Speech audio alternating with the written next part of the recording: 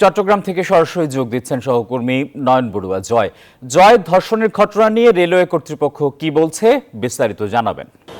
ধন্যবাদ আপনাকে। আমি ওয়ান স্টপ সার্ভিস বলতে যে চট্টগ্রাম মেডিকেলে আছি, যে তরুণী দর্শনের শিকার হয়েছেন সেই তরুণীকে কিন্তু ওয়ান স্টপ সার্ভিসে এখানে চট্টগ্রাম মেডিকেলে চিকিৎসাধীন অবস্থায় রাখা হয়েছে। গতকাল তাকে সন্ধ্যার দিকে কিন্তু এখানে আনা হয়েছে। এখানেই রেলওয়ের যে পুলিশ আছে তারা এসেছেন, তার সব কিছু এখানে পরীক্ষা নিরীক্ষা যে কাজগুলো আছে সেই কাজগুলো তারা চালিয়ে যাচ্ছেন। আমরা যতটুকু জেনেছি একটু আগে আরও একজনকে গ্রেপ্তার করেছে বলে আমরা জেনেছি। সব মিলিয়ে 4 জন গ্রেপ্তার আছে।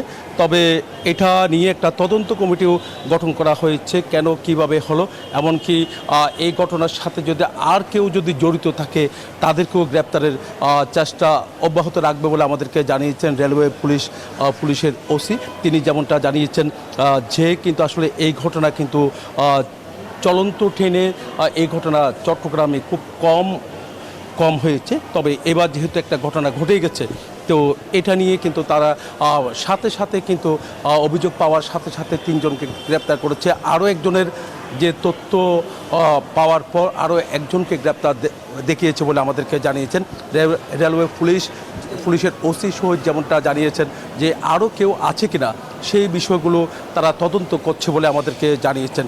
এমনকি চলন্ত ট্রেনে যে দর্শনের ঘটনার পর যারা ট্রেনের যাত্রী তারাও কিন্তু অনেকটা আতঙ্কিত হয়ে পড়েছেন, যেহেতু নিরাপদ বাহন ট্রেন, কিন্তু এই জায়গায় অনিরাপত্তার দেখা দিয়েছে। সেই কারণে যারা নারী যাত্রী আছে তারা দুশ্চিন্তায় ভুগছেন। তারা বলছেন এই জায়গাতে অন্তত নিরাপত্তা আরও বাড়ানো দরকার।